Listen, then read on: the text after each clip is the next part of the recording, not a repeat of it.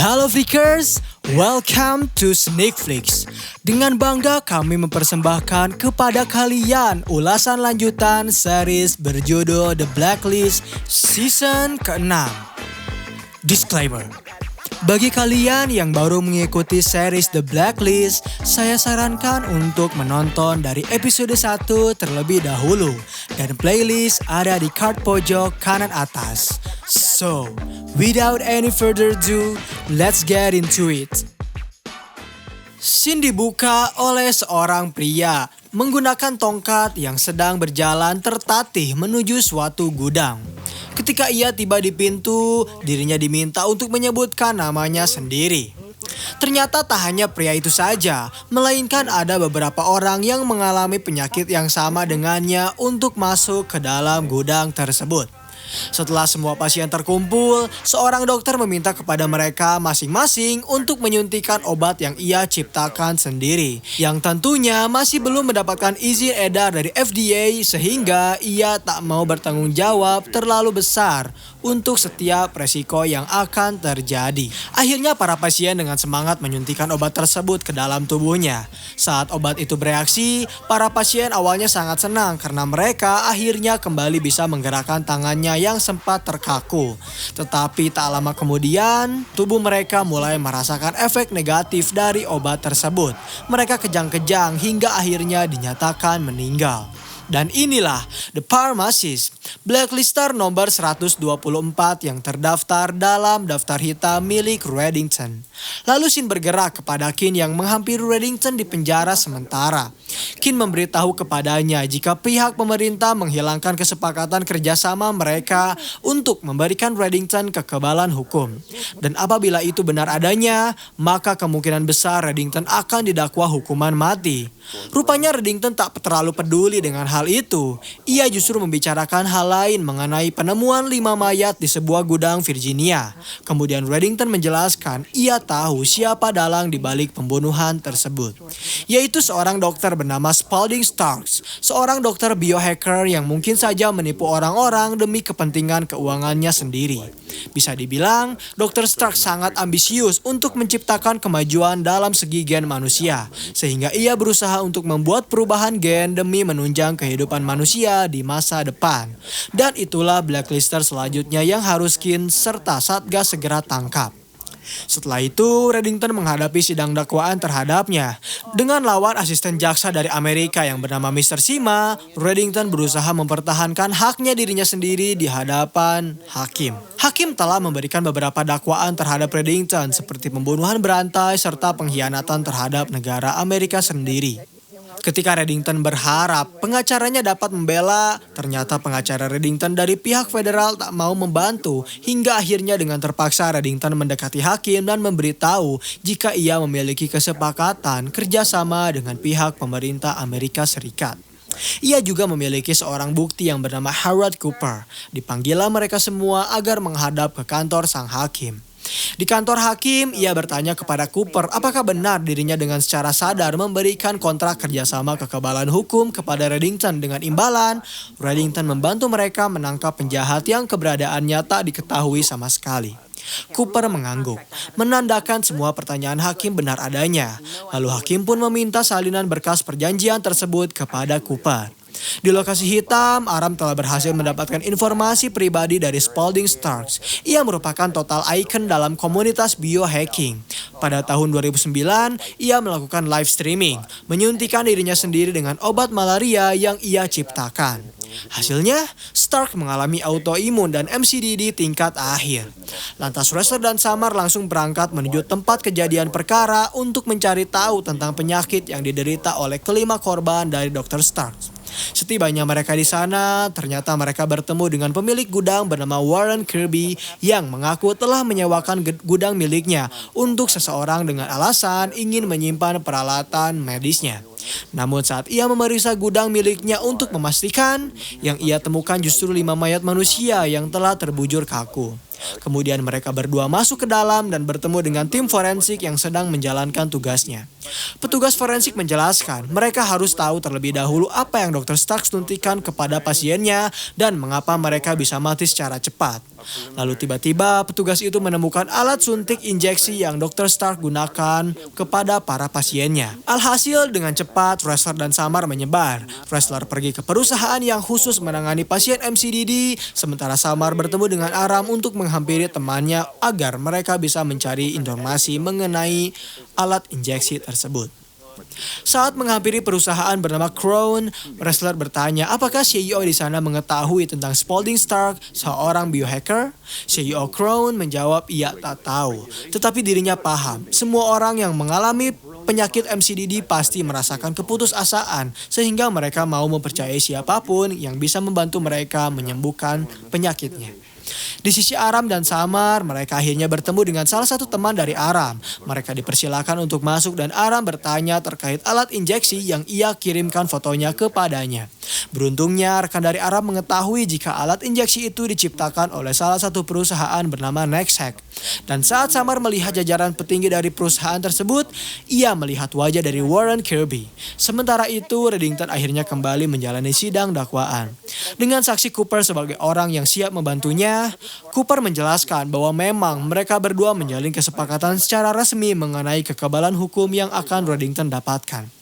Karena Reddington telah membantu FBI dalam menangkap penjahat atau buronan internasional yang sama sekali tak pernah bisa mereka dapatkan. Tanpa kehadiran dari Reddington, maka negara Amerika akan menjadi sarang yang empuk bagi para kriminal atau para teroris. Hakim masih mempertimbangkan perkataan dari Cooper selaku saksi. Sementara Mr. Sima justru selalu menolak setiap pernyataan yang Cooper berikan.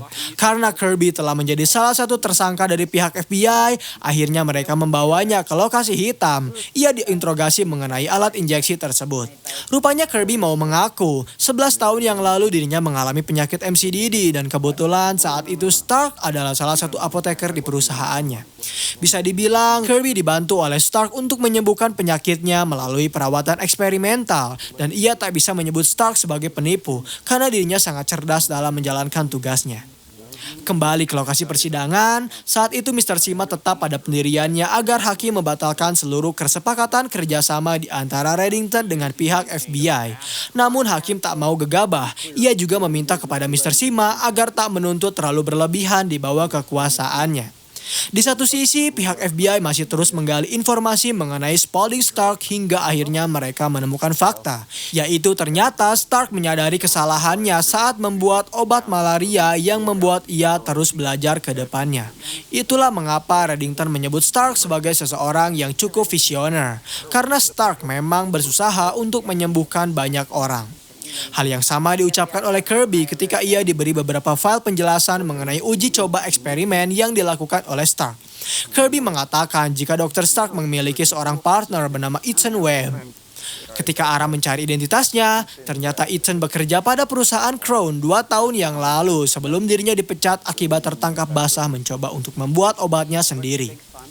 Kembali ke persidangan, Mr. Sima terus menuntut agar hakim mau membatalkan kesepakatan tersebut atas nama kebijakan publik. Karena menurutnya apa yang Reddington berikan dan apa yang Reddington sebabkan kepada mereka sangatlah berbeda jauh. Keburukan selalu diberikan oleh Reddington kepada negara Amerika. Dengan santainya, Reddington menjelaskan tentang sisi buruk dan baik menurut pandangan dirinya. Ia berbicara dari setiap kasus demi kasus untuk meyakinkan hakim dan Mr. Sima bahwa perjanjian kekebalan itu ada. Di lokasi hitam, Kim telah mendapatkan beberapa bukti yang mengungkapkan jika hari ini Dr. Stark dan Ethan akan kembali menjalankan prosedur medis untuk beberapa pasiennya. Beruntung saat itu Kim mendapat informasi dari salah satu istri dari pasien. Lantas tim FBI dengan segera berkumpul kembali di gudang. Mereka berhasil mendobrak masuk ke dalam sebelum para pasien menyuntikkan dirinya sendiri menggunakan obat yang Dr. Spalding Stark berikan kepada mereka. Ketika Dr. Stark pasrah begitu saja, Ethan justru mencoba untuk kabur terlebih dahulu sebelum pada akhirnya ia berhasil tertangkap oleh Ressler melalui aksi perkelahian. Setelah mereka berdua tertangkap, barulah pihak FBI mengetahui kebenarannya jika ternyata Stark telah dijebak. Ethan dengan sengaja menaruh racun bernama Silofax yang membuat para pasiennya mengalami keracunan. Karena Ethan tak mau penelitian yang Stark lakukan berhasil. Dan semua itu didanai oleh perusahaan perusahaan Crown yang tak mau ada pesaing di antara perusahaannya. Dan scene terakhir di episode kali ini memperlihatkan Reddington yang secara resmi oleh hakim dinyatakan tak bersalah karena menurutnya perjanjian tersebut harus tetap berjalan. Namun tiba-tiba Mr. Sima mencari kesalahan lain pada Reddington dengan menyebutkan jika Reddington menyalahgunakan senjatanya pada saat penangkapan. Sehingga dengan terpaksa, hakim memutuskan kembali untuk memenjarakan Reddington terlebih dahulu guna menunggu penyelidikan lebih lanjut. Episode 4 di season 6, scene dibuka oleh Reddington yang kali ini secara resmi telah dipenjara.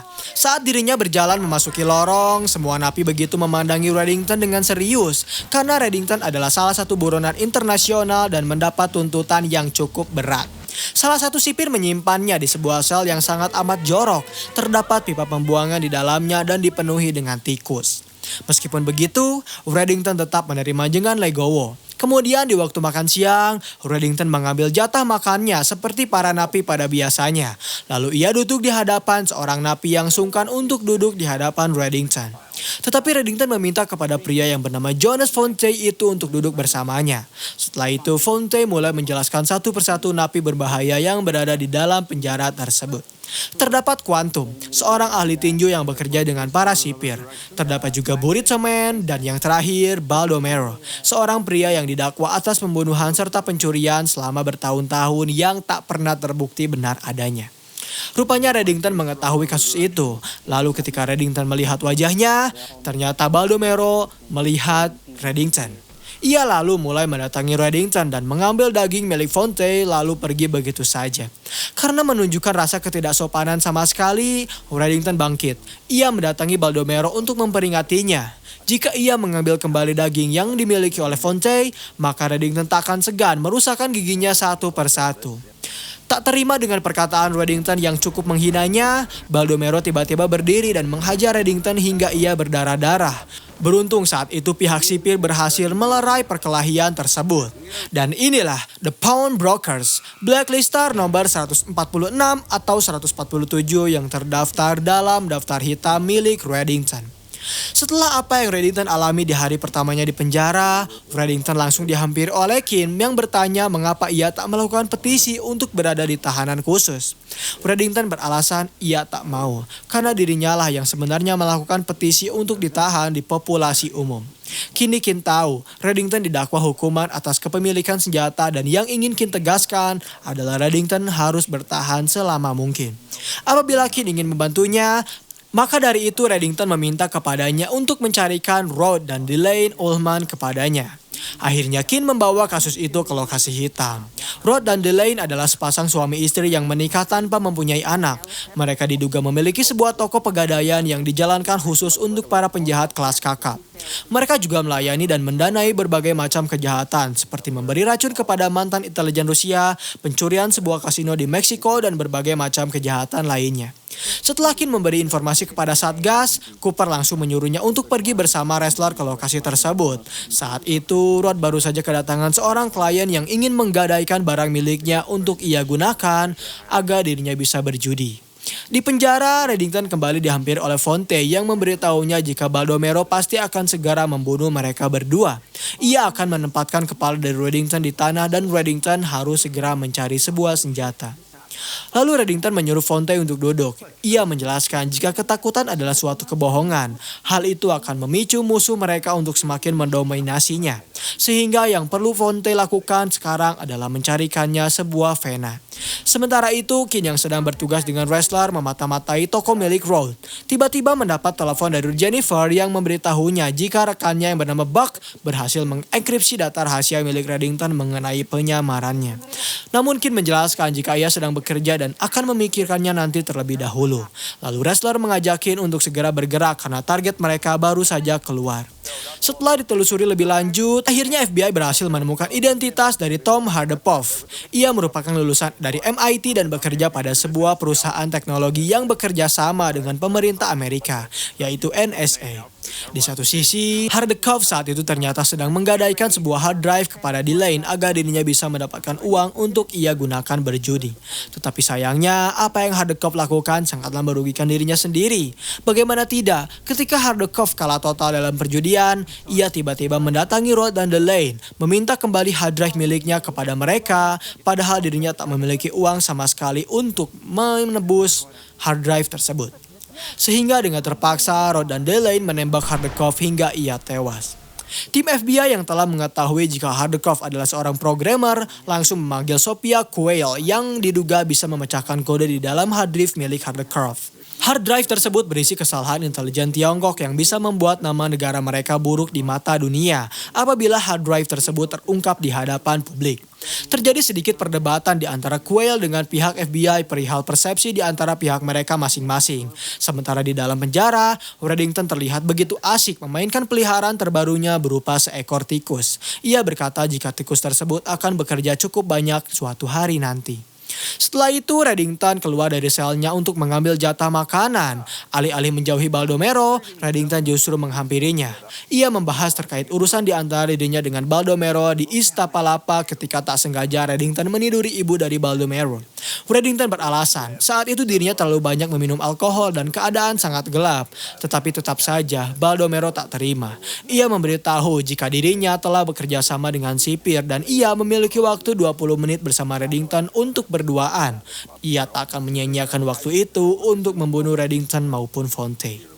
Mendapat ancaman seperti itu, rupanya Reddington tak gentar. Ia justru mengancam balik. Reddington tahu Baldomero akan keluar dalam waktu 24 jam. Dan ia akan menjamin setelah Baldomero keluar dari penjara, maka ia akan memohon kepadanya untuk suatu permintaan maaf. Lalu Reddington pergi begitu saja.